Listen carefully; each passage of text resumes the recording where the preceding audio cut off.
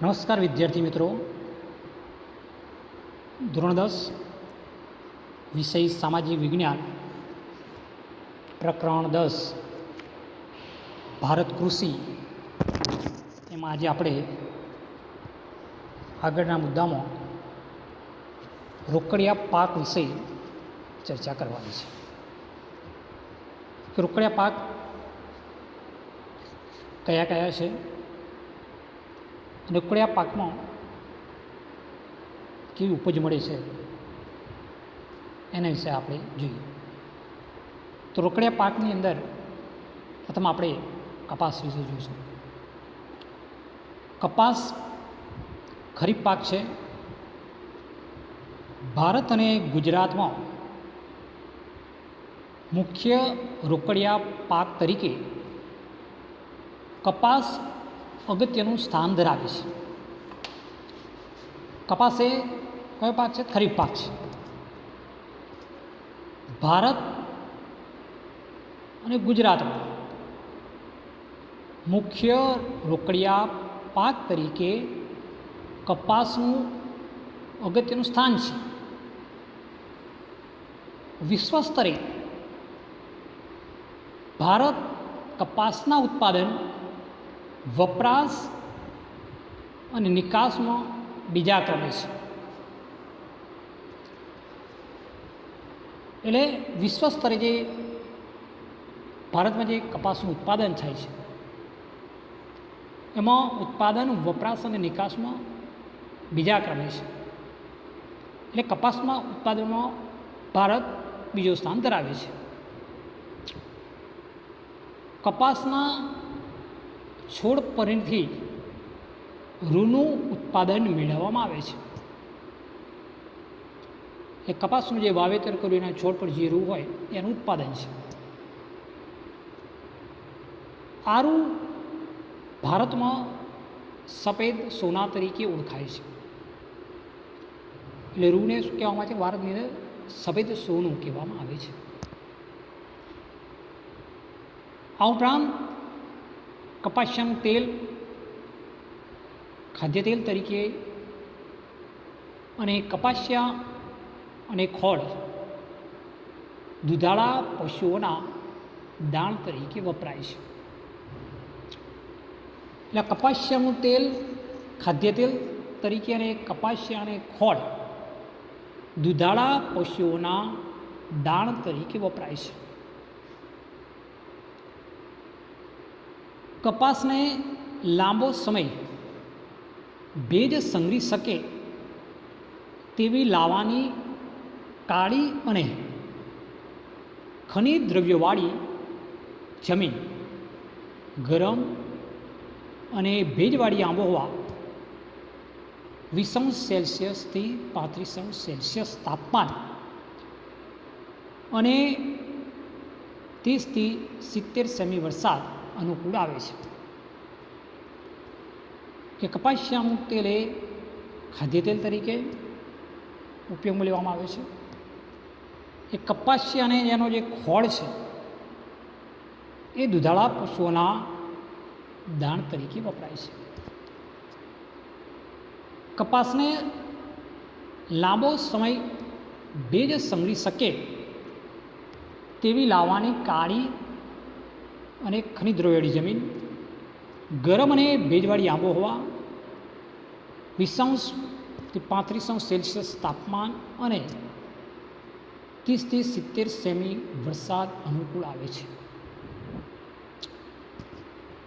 કપાસના પાકનો સમયગાળો 6 થી 8 માસનો હોય છે. હિમથી કપાસના પાકને નુકસાન થાય છે. એટલે કપાસનો જે પાક છે એનો સમયગાળો 6 થી 8 માસનો હોય છે. હિમથી કપાસના પાકને નુકસાન થાય એટલે શિયાળાની અંદર હિમ પડે, અતિશય ઠંડી હોય તો હિમ પડે તો કપાસનો પાક નુકસાન થાય છે. ભારતમાં ગુજરાત, મહારાષ્ટ્ર, તેલંગાણા, કર્ણાટક, આંધ્રપ્રદેશ, હરિયાણા, રાજસ્થાન, પંજાબ, તમિલનાડુ અને ઓડિશા વગેરે મુખ્ય ઉત્પાદક રાજ્યો છે કે ભારતની અંદર ગુજરાત, મહારાષ્ટ્ર, તેલંગાણા, કર્ણાટક, આંધ્રપ્રદેશ, હરિયાણા, રાજસ્થાન, પંજાબ, તમિલનાડુ, ઓડિશા વગેરે મુખ્ય ઉત્પાદક રાજ્યો છે. ગુજરાતના ખેડૂતોએ બીટી કપાસના બિયારણને અપનાવી લેતા વાવેતર વિસ્તાર, ઉત્પાદકતા, કુલ ઉત્પાદન તથા ગુણવત્તામાં ગુજરાત રાજ્ય સમગ્ર દેશમાં પ્રથમ ક્રમે છે. એટલે ગુજરાતની અંદર જે ખેડૂતો છે એ બીટી કપાસના બિયારણને અપનાવી લેતા વાવેતર વિસ્તાર, ઉત્પાદક, કુલ ઉત્પાદન તથા ગુણવત્તામાં ગુજરાત રાજ્ય સમગ્ર દેશમાં પ્રથમ ક્રમે છે.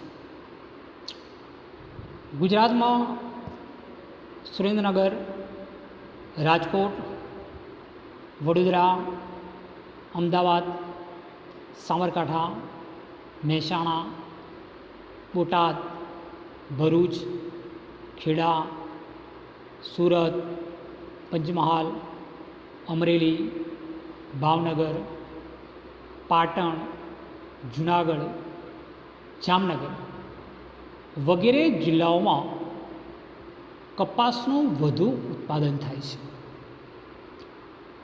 કેટલા રાજ્યોની અંદર રાજ્યો અને એમાં ખાસ કરીને ગુજરાતના જે જિલ્લાઓ કયા સુરેન્દ્રનગર, રાજકોટ, વડોદરા, અમદાવાદ, સાબરકાંઠા, મહેસાણા, બોટાદ, ભરૂચ, ખેડા, સુરત, પંચમહાલ, અમરેલી, ભાવનગર, પાટણ, જુનાગઢ, જામનગર વગેરે જિલ્લાઓમાં કપાસનું વધુ ઉત્પાદન થાય છે. એટલે કપાસિયા રોકડિયા પાક છે અને ઉત્પાદનની અંદર ગુજરાત દેશમાં પ્રથમ ક્રમે આવે છે. એટલે આ પ્રમાણે કપાસની વાત કરી. ત્યારબાદ હવે બીજો રોકડિયો પાક છે શેરડી,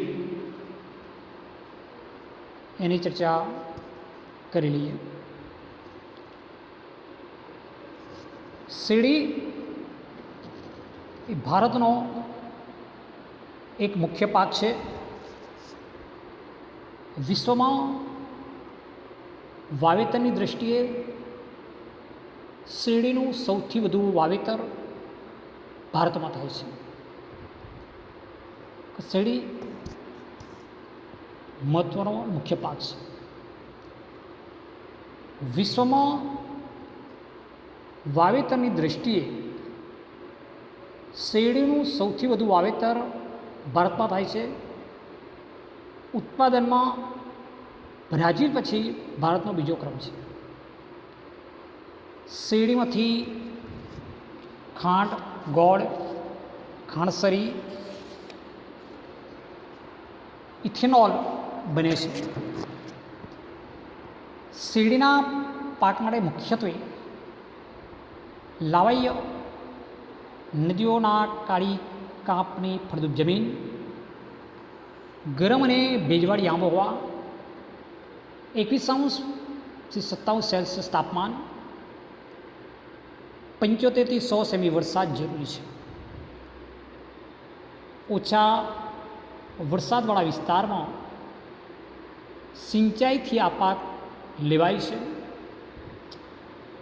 ભારતમાં ઉત્તર પ્રદેશ, મહારાષ્ટ્ર, તમિલનાડુ, કર્ણાટક, આંધ્રપ્રદેશ, ગુજરાત વગેરે શેરડી પકવતા મુખ્ય રાજ્યો છે.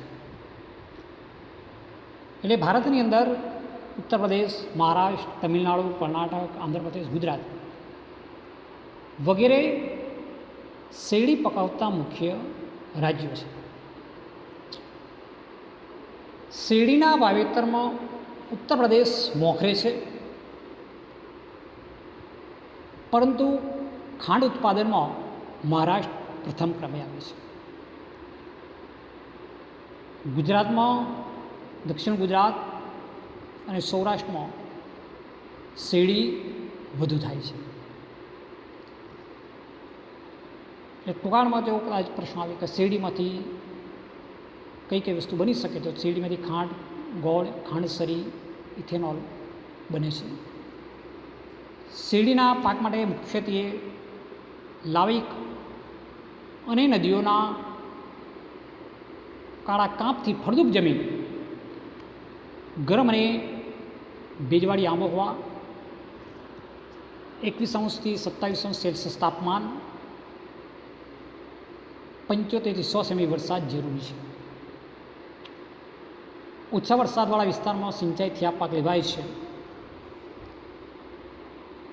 એટલે ભારતમાં ઉત્તર પ્રદેશ, મહારાષ્ટ્ર, તમિલનાડુ, કર્ણાટક, આંધ્રપ્રદેશ, ગુજરાત વગેરે શેરડી પકવતા મુખ્ય રાજ્યો છે.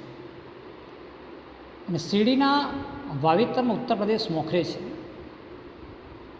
પરંતુ ખાંડના ઉત્પાદનમાં મહારાષ્ટ્ર પ્રથમ ક્રમે છે. ગુજરાતમાં દક્ષિણ ગુજરાત અને સૌરાષ્ટ્રમાં શેરડી વધુ થાય છે. ત્યાર પછી છે શણ. શણના ઉત્પાદનમાં ભારત હાલ પ્રથમ ક્રમે છે. શણના રેસાને ગોલ્ડન ફાઇબર કહે છે. શણમાંથી કંતાન, કોથળા, સાદડી, દોરડા, થેલીઓ, પગરખાં, હસ્ત કલાકારીના નમૂના વગેરે બને છે. શણના ઉદ્યોગમાં ભારતની બાંગ્લાદેશના સસ્તા શ્રમ સાથે હરીફાઈ છે. શણના પાકને નદીઓના મુક્ત ત્રિકોણ પ્રદેશની, કે જ્યાં દર વર્ષે નવો કાંપ પથરાતો હોય તેવી ફળદ્રુપ જમીન, ગરમ અને ભેજવાળી આબોહવા, 30 થી 40 સેલ્સિયસ તાપમાન અને 100 સેમી કરતાં વધુ વરસાદ જરૂરી છે. ભારતમાં પશ્ચિમ બંગાળ, ગંગાના મુક્ત ત્રિકોણ પ્રદેશ, અસમ, બિહાર, ઓડિશા અને ઉત્તર પ્રદેશમાં શણનું ઉત્પાદન વધુ થાય છે. એટલે ભારત શણના ઉત્પાદનમાં પ્રથમ ક્રમે છે. શણના રેસાને ગોલ્ડન ફાઇબર કહે છે. શણમાંથી કંતાન, કોથળા, સાદડી, દોરડા, થેલીઓ, પગરખાં, હસ્ત કલાકારીગરના નમૂના બને છે. શણ ઉદ્યોગમાં ભારતની બાંગ્લાદેશ સત્તા શ્રમ સાથે હરીફાય છે. નદીઓના મુક્ત ત્રિકોણ પ્રદેશની, કે જ્યાં દર વર્ષે નવો કાંપ પથરાતો હોય તે ફળદ્રુપ જમીન, ગરમ અને ભેજવાળી આબોહવા, 30-40 સેલ્સિયસ તાપમાન, 100 સેમી કરતાં વધુ વરસાદ જરૂરી છે.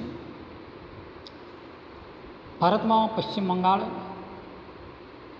ગંગાનો મુક્ત ત્રિકોણ પ્રદેશ, અસમ, બિહાર, ઓડિશા, ઉત્તર પ્રદેશમાં શણનું ઉત્પાદન વધુ થાય છે. હવે આપણે આગલા મુદ્દામાં જોઈએ તમાકુ. તમાકુ ખરીફ પાક છે. તમાકુના પાક માટે રેતાળ, ગોરાળુ જમીન, 20 સેલ્સિયસ જેટલું તાપમાન અને 100 સેમી જેટલો વરસાદ વધુ માફક આવે છે. તમાકુના પાક માટે આબોહવા કરતાં જમીન વધુ નિર્ણાયક પરિબળ છે. ચીન, બ્રાઝીલ, ભારત અને અમેરિકા વિશ્વના તમાકુ ઉગાડતા અને નિકાસ કરનારા મુખ્ય 4 દેશો છે.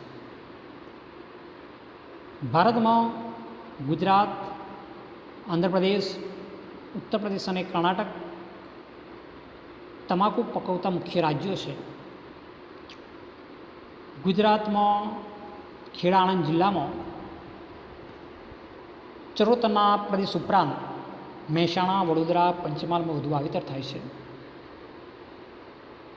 ભારતમાં કુલ બીડી તમાકુ ઉત્પાદનના 80% ગુજરાતમાં થાય છે. તમાકુનો ઉપયોગ ગુટકા, બીડી, સિગારેટ, ચીકણી વગેરે બનાવવામાં થાય છે. તમાકુનું સેવન આરોગ્ય માટે હાનિકારક છે. તમાકુ ગુટકા પર પ્રતિબંધ મૂકનાર સિક્કિમ પ્રથમ રાજ્ય છે. એટલે તમાકુ એ ખરીફ પાક, એના માટેની જે રેતાળ અને ગોરાળુ જમીન 20°C જેટલું તાપમાન, 100 સેમી જેટલો વરસાદ વધુ માફક આવે છે. તમાકુના પાક માટે આબોહવા કરતાં જમીન વધુ નિર્ણાયક પરિબળ છે. ચીન, બ્રાઝીલ, ભારત અને અમેરિકા વિશ્વના તમાકુ ઉગાડતા અને નિકાસ કરનારા મુખ્ય 4 દેશો છે. ભારતમાં ગુજરાત, આંધ્રપ્રદેશ, ઉત્તર પ્રદેશ અને કર્ણાટક તમાકુ પકવતા મુખ્ય રાજ્યો છે. એમાં આપણા ગુજરાત રાજ્યની અંદર ખેડા અને આણંદ જિલ્લામાં ચરોતર પ્રદેશ ઉપરાંત મહેસાણા, વડોદરા, પંચમહાલમાં વધુ વાવેતર થાય છે. ભારતમાં કુલ બીડી તમાકુ ઉત્પાદનમાં 80% ગુજરાતમાં થાય છે. તમાકુનો ઉપયોગ ગુટકા, બીડી, સિગારેટ, ચીકણી વગેરે બનાવવામાં થાય છે. તમાકુનું સેવન એ આરોગ્ય માટે હાનિકારક છે. તમાકુ ગુટકા પર પ્રતિબંધ મૂકનાર સિક્કિમ પ્રથમ રાજ્ય છે. એટલે સિક્કિમ રાજ્યની અંદર તમાકુ ગુટકા પર પ્રતિબંધ છે. અમે તમાકુનું સેવન એ આરોગ્ય માટે હાનિકારક છે.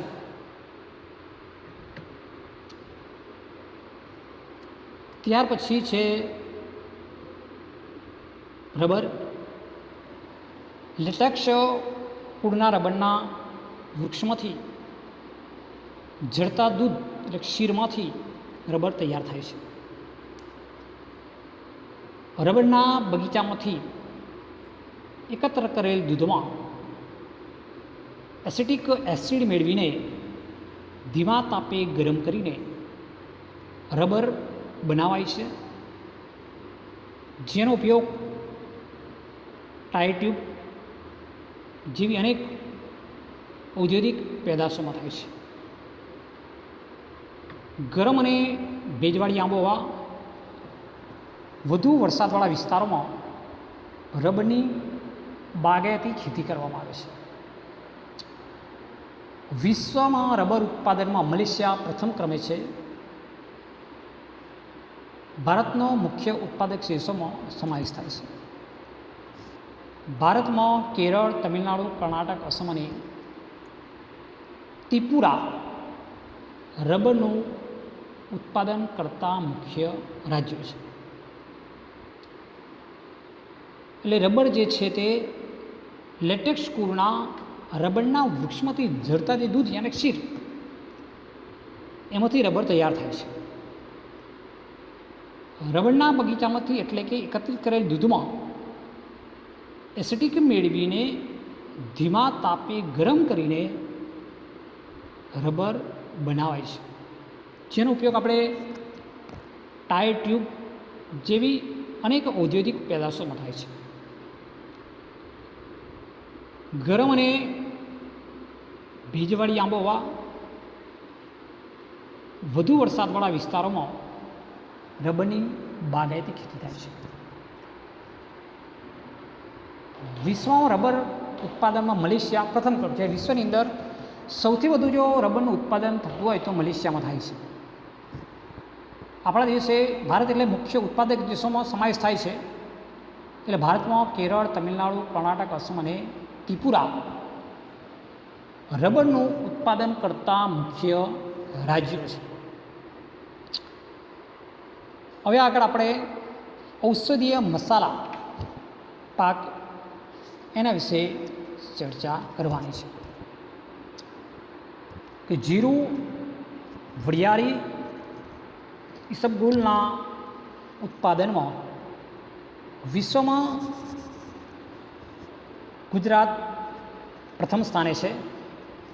આ ઉપરાંત દાણા, મેથી, રાઈ, સુવા, અજમાના ઉત્પાદન અને નિકાસમાં ભારત મોખરે છે. વિશ્વના કુલ ઉત્પાદનમાં ભારતનો હિસ્સો લગભગ 35% જેટલો છે. ભારતના કાળા મરી, તજ, લવિંગ વગેરેની માંગ દેશ વિદેશમાં ખૂબ જ રહે છે. ગુજરાતના અશ્વગંધા, તુલસી, કરિયાતુ, મીંડિયાવળ, સફેદ મૂસળી, મધુનાસિની, અશોક, ગરમર, લીંડી પીપર, ગળો, કુંવરપાઠું વગેરે ઔષધીય પાકો તેમજ સુગંધિત પાકોમાં ફુદીનો, મેન્થોલ, પામરોઝ, લેમન ગ્રાસનો સમાવેશ થાય છે. એટલે ઔષધિ અને મસાલા પાકો એટલે આપણા રસોડાની અંદર જે મસાલા પાક રહેલા છે ઔષધીય છે, જેમ કે આપણા મરીનો ઉપયોગ કરતા હોય, તજનો ઉપયોગ કરતા હોય, લવિંગનો ઉપયોગ કરતા હોય, આ બધા નહીં. સાથે સાથે ગુજરાતમાં અશ્વગંધા હોય, તુલસી હોય, કરિયાતુ હોય, મીઠિયાવળ હોય, સફેદ મૂસળી, મુદીનાશક, અશોક, ઝરમર, લીંડી પીપર, ગળો અને કુંવરપાઠું આ બધા ઔષધીય પાકો તેમજ સુગંધી પાકોની અંદર ફુદીનો, મેન્થોલ, પામરોઝ અને લેમન ગ્રાસનો સમાવેશ કરી શકાય છે. એટલે ઔષધિ અને મસાલા પાકોની અંદર આવી જાય. એટલે વિશ્વના કુલ ઉત્પાદનમાં ભારતનો હિસ્સો લગભગ 35% રહેલો છે. જીરું, વરિયાળી, ઈસબગુલમાં ઉત્પાદનમાં વિશ્વમાં ગુજરાત પ્રથમ સ્થાન છે. એટલે વિશ્વમાં આપણું ગુજરાત રાજ્ય આ ત્રણના ઉત્પાદનમાં પ્રથમ સ્થાન ધરાવે છે. એ સિવાય દાણા, મેથી, રાઈ, સુવા અને અજમાનું ઉત્પાદન નિકાસમાં ભારત મોખરે છે. એટલે આ પ્રમાણે ઔષધિ અને મસાલા પાકો છે. હવે આપણે આગળ ફળો, શાકભાજી અને ફૂલોની ખેતી એ મુદ્દાની ચર્ચા કરીએ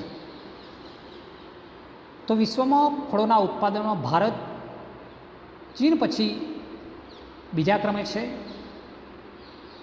ભારતમાં કેળા, કેરી, સફરજન, દ્રાક્ષ, નાશપતી, નારંગી વગેરેની ખેતી થાય છે. કેળા તમિલનાડુ, ગુજરાત અને મહારાષ્ટ્રમાં, તો સફરજન જમ્મુ કાશ્મીર, હિમાચલ પ્રદેશ તથા દ્રાક્ષ ઉત્તરાખંડ, મહારાષ્ટ્ર, હિમાચલ પ્રદેશ, જમ્મુ કાશ્મીર, પંજાબ, તમિલનાડુ અને આંધ્રપ્રદેશમાં થાય છે. ભારતમાં દ્રાક્ષનું ઉત્પાદનનું માંગ કરતાં ઓછું હોવાથી અફઘાનિસ્તાન, પાકિસ્તાન અને ઓસ્ટ્રેલિયાથી આયાત કરીએ છીએ. આ ઉપરાંત વિવિધ શાકભાજીની ખેતી પણ થાય છે. ફૂલોમાં ગુલાબ, જુઈ, મોગરો, ગલગોટો વગેરેની ખેતી થાય છે. આમ ભારતમાં વિવિધ પ્રકારના પાક થાય છે. એટલે ફળોનું ઉત્પાદનમાં આપણે ચીન પછી બીજા ક્રમે છીએ. ભારતની અંદર કેળા, કેરી, સફરજન, દ્રાક્ષ, નાશપતી, નારંગી વગેરેની ખેતી થાય છે. કેળા તમિલનાડુ, ગુજરાત, મહારાષ્ટ્ર, તો સફરજન આપણે જમ્મુ કાશ્મીર, હિમાચલ પ્રદેશ, દ્રાક્ષમાં ઉત્તરાખંડ, મહારાષ્ટ્ર, હિમાચલ, જમ્મુ કાશ્મીર, પંજાબ, તમિલનાડુ, આંધ્રમાં થાય છે. ભારતમાં દ્રાક્ષનું ઉત્પાદન માંગ કરતાં ઓછું હોવાથી આપણે અફઘાનિસ્તાન, પાકિસ્તાન અને ઓસ્ટ્રેલિયાથી દ્રાક્ષની આયાત કરીએ છીએ. આ ઉપરાંત શાકભાજીની ખેતી પણ થાય છે. ફૂલોમાં ગુલાબ, જુઈ, મોગરો, ગલગોટા વગેરેની ખેતી થાય છે. આમ ભારત વિવિધ પ્રકારના પાક થાય છે. આટલું જાણવું ગમશે કે ગુજરાતમાં રોકડિયા પાકોની ખેતી વધતા ઘાસચારા પાકની અછત રહે છે. ઘાસચારાના વિવિધ પાકો ફોડર ક્રોપ જેવા કે ફ્રબ, ગુજરાત દ્રબ 1 અંજન, પુસાયેલો અંજન, માર્વેલ, ગુજરાત માર્વેલ ઘાસ 1, સણિયાર, ગુજરાત સણિયાર 1, તેમજ જંજીવો, દામણ, હેમેટા અને ક્લાટોરિયા જેવા ઘાસચારા પાકો વાવી શકાય. સામાન્ય રીતે બધા જ ઘાસચારાના પાકોની કાપણી ઓક્ટોબર માસ એટલે કે વાવણી પછી 4 માસે કરવી જોઈએ. હવે આપણે વિવિધ પાકોની માહિતી મેળવી, એનો અભ્યાસ કર્યો. એની અંદર ધાન્ય પાકો, કઠોળ, તેલીબિયા, રોકડિયા પાક, ઔષધીય પાક અને ફળો અને ફૂલો સુધીની અભ્યાસ આપણે કર્યો છે. તો હવે આપણે એની અંદર કૃષિની અંદર જે ટેકનિકલ અને સંસ્થાકીય સુધારા છે એ મુદ્દાની ચર્ચા કરીએ. તો કૃષિમાં ટેકનિકલ અને સંસ્થાકીય સુધારા, તો પહેલાંના જમાનાની અંદર દાંતરડું, કોદાળી, પાવડો, ઓળણી, હળ, ગાળું જેવા ટાંચા અને સાદા સાધનો વડે ખેતી કાર્ય કરવામાં આવતું હતું. હવે એમાં આધુનિક ઉપકરણોનો પગપેસારો કર્યો છે, જે પૈકી ટ્રેક્ટર, ટેલર્સ, રોટોવેટર સૌથી સામાન્ય છે. આ ઉપરાંત ઘઉંની કાપણી માટે પ્રથમ થ્રેસર અને ત્યારબાદ હાર્વેસ્ટર જેવા અત્યાધુનિક ઉપકરણો વાપરવા લાગ્યા છે. આ સિવાય રાસાયણિક ખાતરો, હાઇબ્રિડ બિયારણો, બીટી બિયારણો, જંતુનાશક દવાઓ તેમજ ટપક સિંચાઈ, ગ્રીન હાઉસ વગેરેનો વપરાશ વધ્યો છે. એટલે પહેલાંના જમાના પડે સાદા સાધનોનો ઉપયોગ કરતા, ટાંચા સાધનો કે સાદગીપૂર્ણ, કે દાંતરડું હોય, કોદાળી હોય, પાવડો, ઓળણી, હળ, ગાળું જેવા આ ટાંચા અને સાદા સાધનો હતા, તે ખેતી કાર્ય કરે. તો એની અંદર હવે અત્યાધુનિક ઉપકરણોનો પગપેસારો થયો છે કે એનો ઉપયોગ વધ્યો છે. ટ્રેક્ટર, ટેલર્સ, રોટોવેટર એ હવે સામાન્ય બન્યું છે. પહેલાં ઘઉંની કાપણી માટે આપણે થ્રેસરનો ઉપયોગ કરતા, હવે હાર્વેસ્ટર આવી ગયું છે. કે હાર્વેસ્ટર ઊભા પાક હોય ઘઉંનો, વાવણીનો કાપણીનો સમય થાય તે સમયે હાર્વેસ્ટરથી એમાં બધું આવી જાય ઘઉં, અને ઘઉંના દાણા એક બાજુ આવી જાય, એટલે એમાં થ્રેસરની અંદર નાખવાનું બધું અંદર જ આવી જાય. એટલે ઓટોમેટિક સીધા કોઠી ભરાઈને આપણે કોથળા પર જે ભરવું એ ભરી શકાય છે. એટલે તૈયારીમાં કોઈ કાપણીનો કોઈ પ્રશ્ન નહીં કે ઉપણવાનો કોઈ પ્રશ્ન નહીં, બધું હાર્વેસ્ટરની અંદર તૈયારીમાં બધી કાપણી થઈ અને ઘઉંનો દાણો આપણને મળી જાય છે. એટલે આવા આધુનિક ઉપકરણો વધી ગયા છે. આ સિવાય રાસાયણિક ખાતરો, હાઇબ્રિડ બિયારણ હોય, બીટી બિયારણ હોય, જંતુનાશક દવાઓ તેમજ ટપક સિંચાઈ અને ગ્રીન હાઉસ વગેરેનો સમાવેશ વધ્યો છે. હવે આપણે ટેકનિકલ સુધારાની ચર્ચા કરી લઈએ કે ભારતમાં ખેતી ક્ષેત્રે બિયારણ, ખાતર અને ખેત સાધનોમાં આવેલા પરિવર્તન ટેકનિકલ સુધારા તરીકે ગણાય છે. સિંચાઈ માટે ખેડૂત પહેલાં કોસ, રેટનો ઉપયોગ કરતો.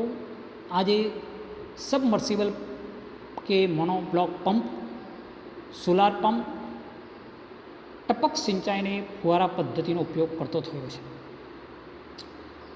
રાસાયણિક ખાતરો DAP, diammonium phosphate, NPK, nitro, phosphorus અને પોટાશ, યુરિયા તેમજ જૈવિક ખાતરો, બાયો ફર્ટિલાઇઝર, પ્રવાહી જૈવિક ખાતર, બાયોટેક બિયારણો વગેરેનો ઉપયોગ થાય છે. ખેડૂત પાક સંરક્ષણ માટે જંતુનાશક દવાઓ અને જૈવિક નિયંત્રક બાયો કંટ્રોલનો ઉપયોગ કરતો થયો છે. સરકાર દ્વારા ખેડૂતોને રેડિયો, ટીવી, વર્તમાનપત્રો, ડીડી કિસાન ચેનલ, મોબાઈલ પર કિસાન SMS, ટોલ ફ્રી નંબર 1800 180 1551 કિસાન કોલ સેન્ટર, સરકારના ખેડૂત વેબ પોર્ટલ, આઈ ખેડૂત તથા એગ્રી માર્કેટ જેવી મોબાઈલ એપ દ્વારા સતત માહિતી, નવી તકનીકો અને માર્ગદર્શન પૂરું પાડે છે. આ પ્રમાણે ઘણા ટેકનિકલ સુધારાઓ એમાં આવી ગયા છે. ગ્રામ્ય વિસ્તારોમાં કૃષિ સંસાધનો, નવી તકનીકીનો પ્રચાર પ્રસાર ગ્રામ સેવકો દ્વારા ખેડૂતો સુધી પહોંચાડાય છે. સરકારે દરેક જિલ્લા મથકે ખેડૂત તાલીમ કેન્દ્રની સ્થાપના કરી છે, જેમાં ખેડૂતોને પ્રશિક્ષિત કરાય છે. ગુજરાતમાં કૃષિ મેળાઓ દ્વારા ખેડૂતોને અદ્યતન માહિતી અને માર્ગદર્શન અપાય છે.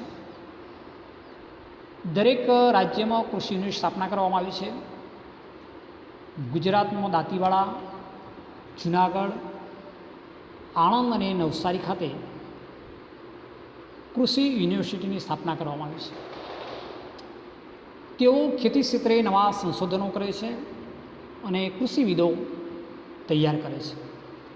આ ઉપરાંત કૃષિ ક્ષેત્રે સંશોધન કરતી ICAR Indian council of agriculture research અને DARE department of agriculture research education વગેરે સંસ્થાઓ રાષ્ટ્રીય કક્ષાએ કાર્યરત છે.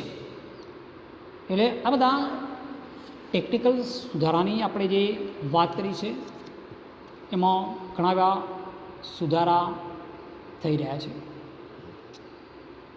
ત્યાર પછી બીજો મુદ્દો છે સંસ્થાકીય સુધારાઓ. ભારતમાં જમીન માલિકી, ખેત ધિરાણ અને ખેત પેદાશના વેચાણ અંગે થયેલા સુધારા સંસ્થાગત સુધારા ગણાય છે.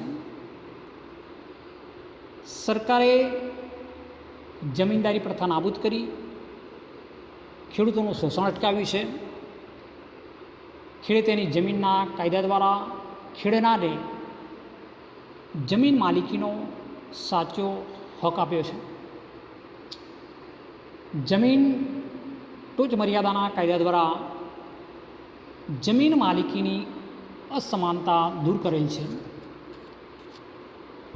કિસાન ક્રેડિટ કાર્ડ દ્વારા અને રાષ્ટ્રીયકૃત તેમજ સહકારી બેન્કો દ્વારા ખેડૂતોને આર્થિક મદદ માટે કૃષિ ધિરાણ આપવામાં આવે છે.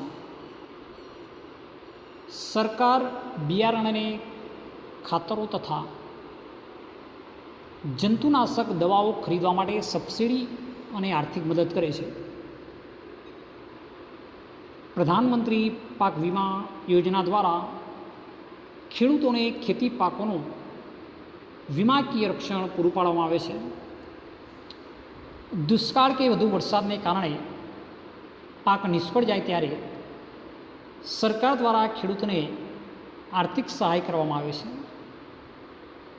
માર્કેટ યાર્ડમાં ખેત પેદાશોના વેચાણમાં કાયદાકીય જોગવાઈ કરી ખુલ્લી હરાજી પ્રક્રિયા વ્યાપક બનાવી છે.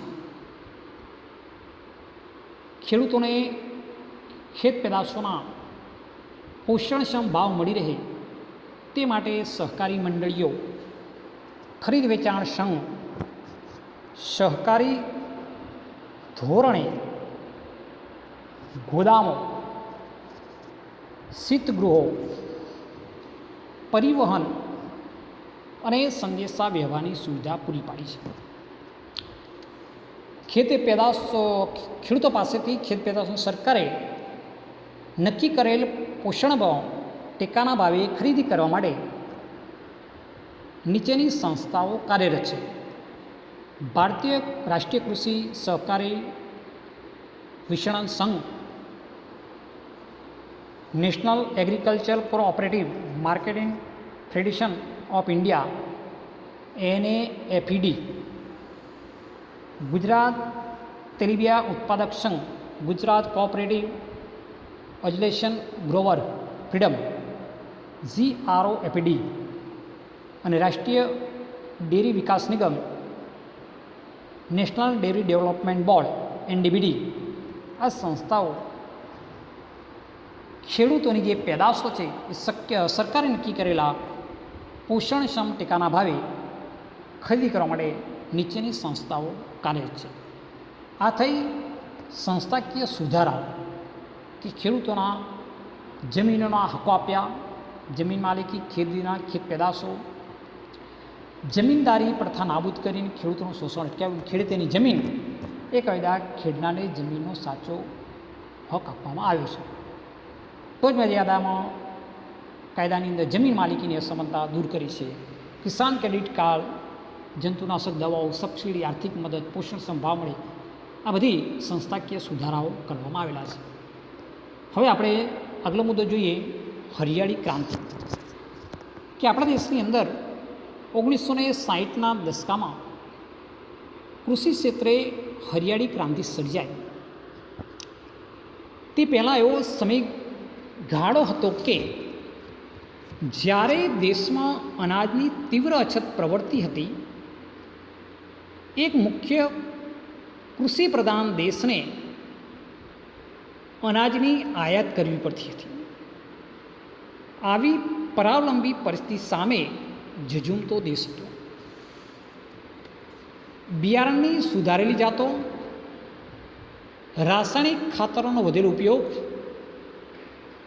દેશના ખેડૂતોનો પ્રચંડ પુરુષાર્થ, વીજ વિતરણની વ્યાપક વ્યવસ્થા, સિંચાઈની સવલતોમાં થયેલ સુધારા વગેરે પરિબળોથી કૃષિ ક્ષેત્રે ઉત્પાદનમાં થયેલ અસાધારણ વધારાને હરિયાળી ક્રાંતિ તરીકે ઓળખવામાં આવે છે. હરિયાળી ક્રાંતિનો મુખ્ય ઉદ્દેશ હતો કૃષિમાં ઉપજ વધારો કરવો, ખેડૂતોને વધુ પ્રમાણમાં રાસાયણિક ખાતર અને કીટનાશકોનો ઉપયોગ કરવા માટે પ્રેરિત કરવામાં આવે. કૃષિ ઉપજમાં વધારો કરવાના લક્ષ્યને હાંસલ કરવામાં પણ સફળતા મળી. હરિયાળી ક્રાંતિથી ઘઉં અને ડાંગરના પાકમાં વિક્રમજનક ઉત્પાદન વધ્યું છે. દેશમાં જ્યાં ખાદ્યની અછત હતી ત્યાં આજે અનાજના પર્યાપ્ત ભંડારો છે. એક સમયે ભારતમાં દુષ્કાળ સમયાંતરે અનુભવતા પ્રકોપ હતો. હરિયાળી ક્રાંતિ પછી તેની ખાસ અસર જોવા મળતી નથી. અનાજના બફર સ્ટોકને કારણે દુષ્કાળ કે અછતની પરિસ્થિતિનો સરળતાથી સામનો કરી શકાયો છે. અન્ય ક્ષેત્રે દેશનું સ્વાવલંબન અને હરિયાળી ક્રાંતિથી સીમાચિહ્નરૂપ ઐતિહાસિક સિદ્ધિ છે. આજે રોકડિયા પાકોનું વાવેતર વધતા કઠોળ અને ધાન્ય પાકોનું વાવેતર તથા ઉત્પાદન ઘટ્યું છે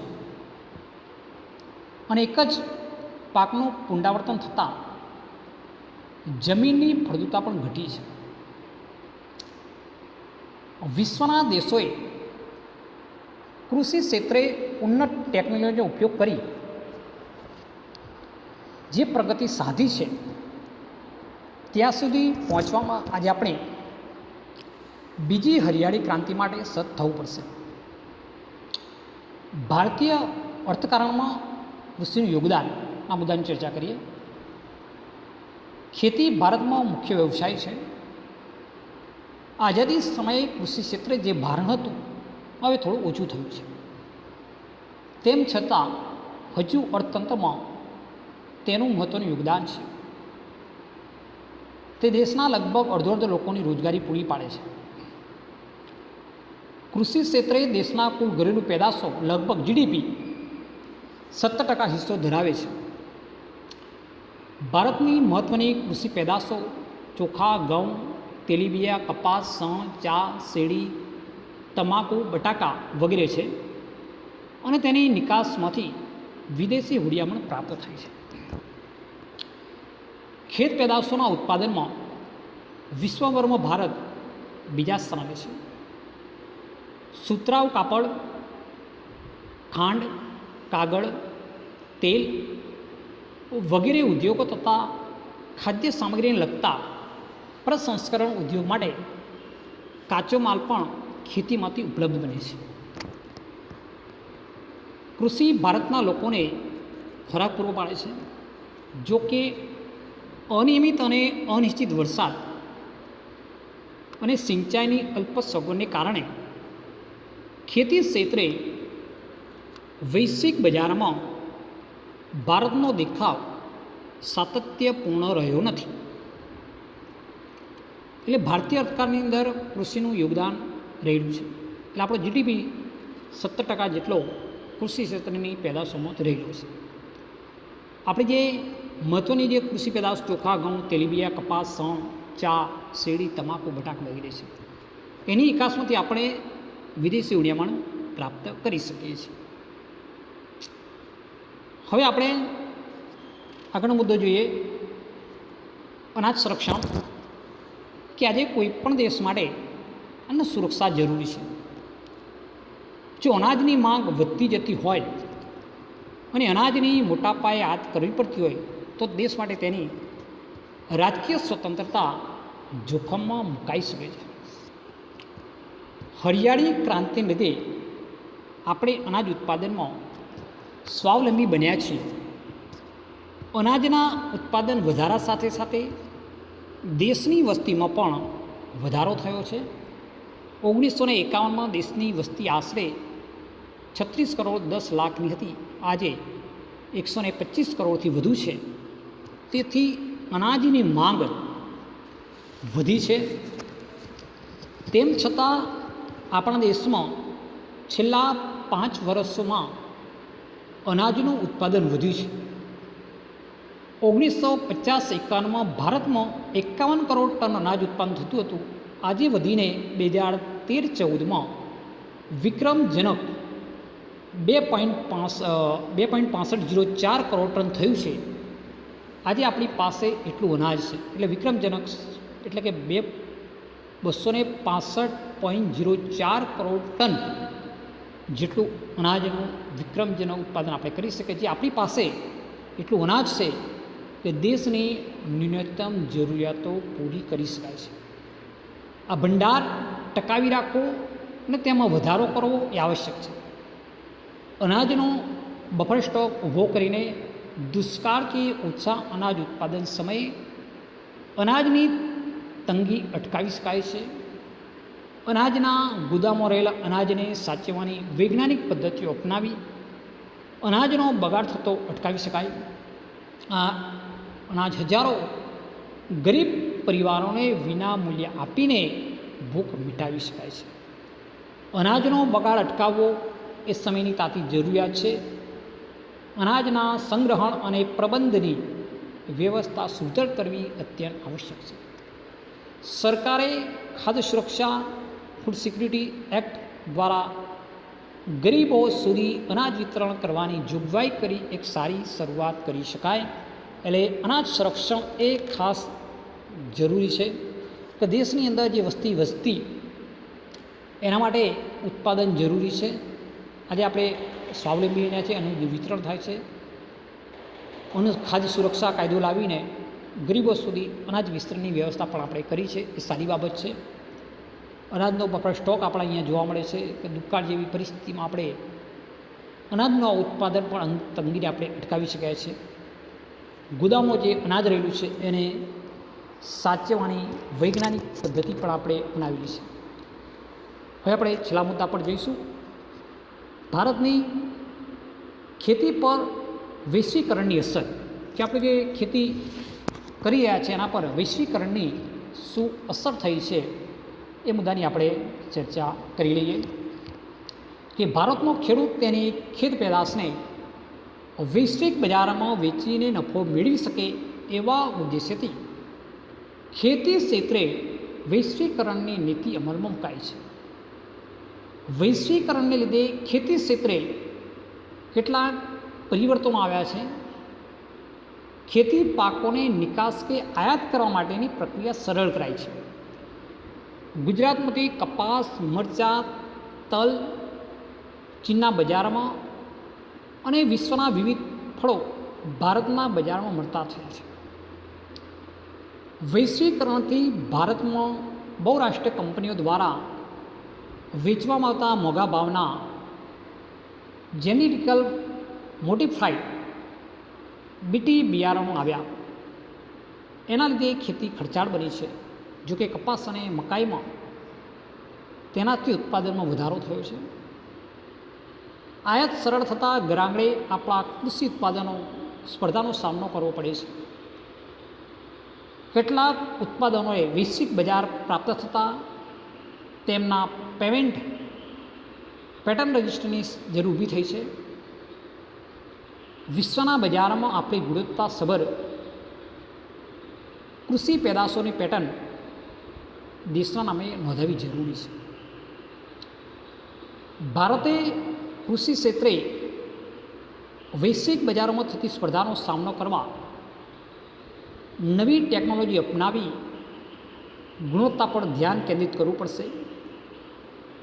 કૃષિ ક્ષેત્રે જોડાયેલા લોકોની આર્થિક ઉન્નતિ અને સદ્ધરતા વધારવા આયોજનબદ્ધ પગલાં ભરવા પડશે. વધતી જતી વસ્તી અને ભવિષ્યમાં વધનાર કૃષિ પેદાશોની માંગ સાથે આર્થિક પ્રગતિની વિકાસ કુળ જાળવી રાખવા બીજી હરિયાળી ક્રાંતિ માટે નક્કર વ્યૂહરચના ગોઠવવી જરૂરી છે. એટલે વૈશ્વિકરણની પણ કેટલીક અસરો જોવા મળે છે. એટલે ભારતીય જે ખેત પેદાશો છે એ વૈશ્વિક બજારમાં વેચીને નફો મેળવી શકાય એ ઉદ્દેશથી ખેતી ક્ષેત્રે વૈશ્વિકરણ નીતિ અમલ મુકાઈ છે. વૈશ્વિકરણના લીધે કેટલાક પરિવર્તનો આવ્યા છે. ખેતીની પાકોની નિકાસ આયાત કરવાની પ્રક્રિયા સરળ કરાઈ છે. ગુજરાતમાંથી કપાસ જે મરચાં ચીનના બજારમાં વિશ્વના ફળો ભારતના બજારમાં મળતા થયા છે. વૈશ્વિકરણથી નીચે મોંઘા ભાવ જેનેટિકલ મોડિફાઈડ બીટી બિયારણો આવ્યા છે. એના લીધે ખેતી ખર્ચાળ બની છે. જે કપાસ અને મકાઈમાં ઉત્પાદનમાં વધારો થયો છે. ઘરાંગળે કૃષિ ઉત્પાદન સ્પર્ધાનો કરવાનો સામનો કરવામાં આવ્યો છે. આપણે વૈશ્વિક બજાર પ્રાપ્ત થતામાં પેટર્ન રજિસ્ટ્રેશનની જરૂર ઊભી થઈ છે. વિશ્વના બજારમાં આપણી ગુણવત્તાસભર કૃષિ પેદાશોની પેટર્ન દેશના નામે નોંધાવવી જરૂરી છે. એટલે વૈશ્વિક બજાર સ્પર્ધાનો સામનો કરવા નવી ટેકનોલોજી એટલે આપણે અપનાવી ગુણવત્તા પર ધ્યાન આપવું પડે. આર્થિક ઉન્નતિ સદ્ધરતા માટે આયોજનબદ્ધ પગલાં પણ ભરવા પડે. કૃષિ પેદાશોની માંગ વધી છે. આર્થિક પ્રગતિ વિકાસ કુળ જાળવી રાખવા માટે બીજી હરિયાળી ક્રાંતિની જરૂરિયાત ઊભી થઈ છે. હવે આપણે સ્વાધ્યાયની ચર્ચા કરી લઈએ કે સવિસ્તારની અંદર કૃષિના પ્રકારો એ આપણે ચર્ચા કરી છે. આગળ કૃષિ ક્ષેત્રે થયેલા સંસ્થાગત સુધારા એની ચર્ચા આપણે કરી. વિશ્વ બજાર અને ભારતની ખેતી એની ચર્ચા આપણે ભારતના વૈશ્વિકરણની વાત કરી. ભારતનો ઘઉંનો પાક સવિસ્તરનું વર્ણન કરવાનું છે. તેલીબિયાના પાક વિશે લખવાનું છે. બીજા મુદ્દાસર ઉત્તરોની અંદર જૈવિક ખેતી તરફનું વલણ શા માટે વધી રહ્યું છે, ખરીફ અને રવિ પાક, ભારતના અર્થતંત્ર કૃષિનું યોગદાન, ડાંગર ભારતનો સૌથી અગત્યનો પાક, પ્રશ્ન ઉત્તર ટૂંકમાં મકાઈનો ઉપયોગ, કોફીના પાકની અનુકૂળતા, ભાલ પ્રદેશમાં કેવા પ્રકારની ખેતી થાય છે, કયો પાક લેવાય છે, હરિયાળી ક્રાંતિ એટલે શું, કૃષિ સંશોધન ક્ષેત્રે રાષ્ટ્રીય કક્ષાએ કાર્ય કરતી સંસ્થાઓના નામ આવા ટૂંકમાં છે. ત્યાર પછી વિકલ્પો આપેલા છે તો નીચેમાં કઈ ખેતી હેક્ટર દીઠ ઉત્પાદન ઓછા છે, બાગાયતી, ઝૂમ, સઘન કે આદ્ર, કઈ ખેતીમાં રાસાયણિક ખાતરો અને જંતુનાશક ઉપયોગ કરાતો નથી, સજીવ ખેતી, મિશ્ર બાહ્ય ખેતી, ટકાઉ ખેતી, મગફળીનું ઉત્પાદન કયા રાજ્યમાં સૌથી વધુ થાય છે. તેમજ એ 4 ઓપ્શન આપેલા છે: કેરળ, તમિલનાડુ, મધ્યપ્રદેશ, ગુજરાત. એમાં જે સાચું હોય આપણે લખવાનો છે. ચોકલેટ શામાંથી બને છે તેના 4 ઓપ્શન છે: તલ, કોકો, રબર, ચા. એમાંથી સાચો વિકલ્પ તમારે પસંદ કરવાનો છે. નીચેમાંથી કયા મસાલા પાક ગુજરાત પ્રથમ ઉત્પાદક રાજ્ય છે? ઈસબગુલ, મેથી, સરસવ, ધાણા. એમાંથી એક ઓપ્શન પસંદ કરવાનો જે સાચો હોય તે. નીચેમાંથી કયું કઠોળ રવિ પાક છે? અડદ, મગ, ચણા કે મઠ. એમાંથી તમારે જે સાચો ઓપ્શન હોય એ પસંદ કરીને લખવાનો છે. એટલે અહીંયા આપણે 10મા પાઠની અંદર જે ભારત કૃષિ એમાં પાકો, સંસ્થાગત સુધારા, ટેકનિકલ સુધારા, સંસ્થાકીય સુધારા, હરિયાળી ક્રાંતિ, અર્થકારણનું કૃષિનું યોગદાન અને સંરક્ષણ જેવા અને છેલ્લે ભારતીય વૈશ્વિકરણની અસર, આ બધાની ચર્ચા આપણે કરી છે અને સ્વાધ્યાયની પણ ચર્ચા કરેલી છે. એટલે આપણે આ પાઠ અહીંયા પૂર્ણ કરીએ છીએ. જે કંઈ PDF મૂકવામાં આવે તો એ તમારે એને એ પ્રમાણે વાંચી લેવાનું છે.